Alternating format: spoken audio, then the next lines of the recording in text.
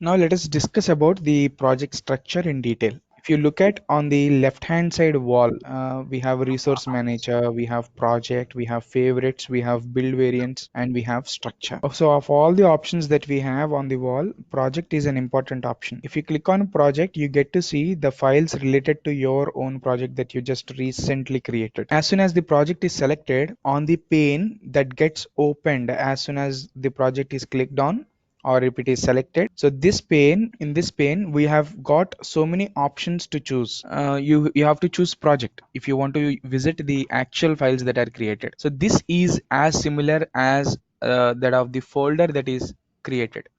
If you go back to the path of your folder and you open it, so this is the structure that you will see when project is selected. The same structure, nothing different.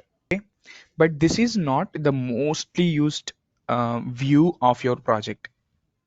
Okay, so this involves a lot of files. If you open app, you get to see another set of files. If you open src, you get to see so many files again.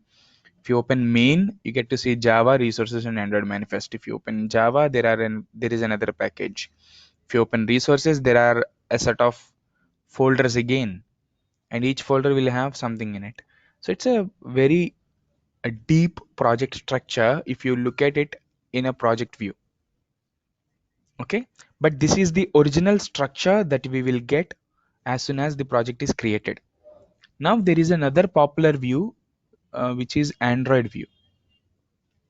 Okay, if you directly go to the last option, the first option is the original one, the last option one is the most used one.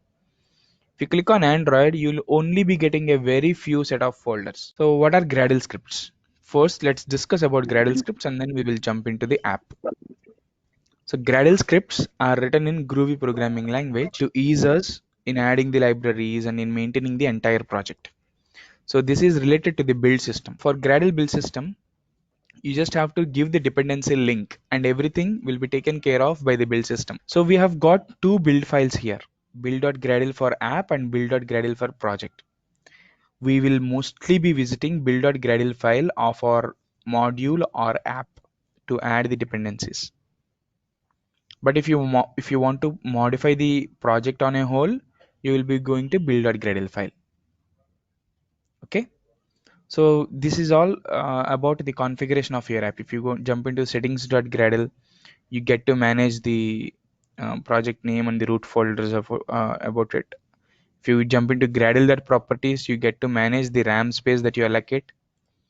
And also if you get to local properties, you will have the directory that points out the SDK. Suppose if you have an SDK that is downloaded in a separate folder, you can just modify this variable's name, the variable's value, so that this variable, which is sdk.dir, will be pointing out to the right SDK directory. But most of the time we will not modify these because these are all configured automatically. We will only be modifying build.gradle file and the dependencies section most of the time. So in the app, we will find three different folders: manifest, Java, and resources. When you install the app on mobile phone from Play Store or from the APK file that is shared by your friend, the first file that interacts with the operating system is android manifest.xml. Now if you open manifest, you will find that file, which is android manifest.xml. This is the file that interacts with the operating system first, and this android manifest file will tell the operating system about how many screens that your app has, how many services it will be in need of, and what are all the resources that it is going to hold when it is run on the operating system. And not alone that, what are the permissions that are needed from your app, whichever the app that you are installing. Does it need internet, does it need access to find location, or does it need access to contact, and so on. All these permissions will also be listed on the same manifest file. So when you explore Java, there are again three different folders. The last two folders are to write test cases. Okay, so there are unit test cases and there are automated test cases. So we can write those two things by the help of unit testing and the Espresso. Espresso is a UI testing toolkit that we have in Android, which will test your UI according to your recording of the screens. So that we will see later on. But most important folder among these three is the first one. So if you explore Java folder, you will find main activity.java. So this is the file that is responsible for handling the logic on the UI screen. You know, UI stands for user interface. So when the user clicks on a button, what should happen? It should be written on main activity. If a user selects a male from among the two options, male and female, then what should happen will be decided by your main activity based on the logic that you write. And also many other things based on the user interactions, whatever has to be given, whatever has to be uh, read, the UI logic, the entire UI logic will be managed from this main activity.java. Next comes is the resources. So in the resources, more basically you'll be finding four folders. One is the drawable, layout, mipmap, and values. So if you explore drawable, you'll find two different images that are coded in XML. Okay. So these are all XML coded images, and they look like this. So this is the first image, and this is the second image.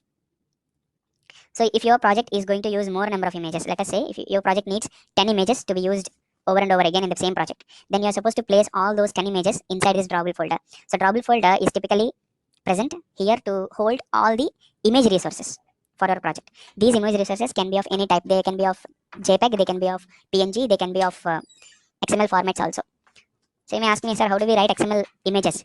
Yes, there is a way to write XML images, and writing XML images is always a better way, because if you are working with shapes, if you are working with a few set of um, tags in XML, and you can make up an image, then it is always better to use an XML image, because XML images are the images that can be scaled up and down without losing the quality, and also XML images will occupy very less amount of space when compared to the other format images. Now next comes the layout. So layout is the folder where you'll have the user interface designs for the total number of screens that you will have on the application. Suppose if you have 10 different screens in the application, you will have 10 different XML files like this. Since we have only one activity at present in our application, we have got activity underscore main.xml. Now for the highlighted content on main activity.java, which is activity underscore main, so this is the XML file.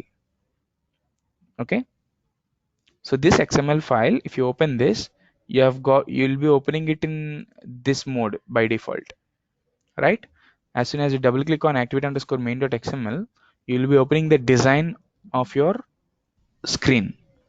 Probably as you are opening it for the first time, you would be getting a screen like this. So this involves a palette from where you can drag and drop the UI elements that you need, and these UI elements are available in the Java API framework under view system options. So if you want to have a button, just drag it and drop it on the screen. If you want to have an image view, just drag it and drop it on the screen. If you want to have a switch, drag it and drop it on the screen, and they will be appearing on the screen. Okay, on the top left corner of this particular activity underscore main.xml tab, there are three options: code, split, and design. So if you click on design, you get the design window of the activity underscore main.xml. You can drag and drop the UI components from it and design a beautiful user interface screen. But if you want to code and look at the changes that are happening on the design, you have the option called split, which is available in the middle of the three options. If you click here, you get to see, you get to write the code here, and you get to see the happenings over the screen. Okay, so split view is something that will give you both the code editor and the preview section. But if you click on code, which is next to split, on the left hand side of split, there is an option called code. If you click on code, you'll get to see only the code window, which is the editor. Okay, so if you have 10 activities or 10 screens, activity is nothing but a screen. Okay, if you have 10 activities or 10 screens, you'll have 10 XML files inside this layout folder. If you have 10 different layout files inside the layout folder, you'll have 10 different Java files inside this package. So typically, to understand it in a better way, XML shows the user interface screen to the user. As user interacts with the XML designed user interface screen, your Java file will be sitting in the background and handling the UI logic or the logic when buttons are clicked and when switches are turned on and off, when radio buttons are selected, when checkboxes are selected and so on. So based on the interactions by the user, your Java file will be, which is sitting at the background of your user interface screen, will act upon those interactions. So if you jump into MipMap, mostly the icons related for your app will be placed inside this MipMap folder. And next comes is the values. In the values folder, there are 3 different XML files. And all these XML files have very much importance when it comes to app development. Let's first see colors.xml. So colors.xml is the file where you'll store all the colors that you are going to use on your rendered application. Next comes is the strings.xml. So whatever the strings that you're going to use on your project must be stored in strings.xml, just like we stored colors. And the third one is styles.xml. Your client demands to have a button to be of a particular shape and size, and he wants it for all the buttons that are used in the project. Then you're supposed to style your button here and then call this styling from the buttons which are used in the application. You'll design it for one time and reuse it. So that's the point for all these XML files. You do it once and reuse it.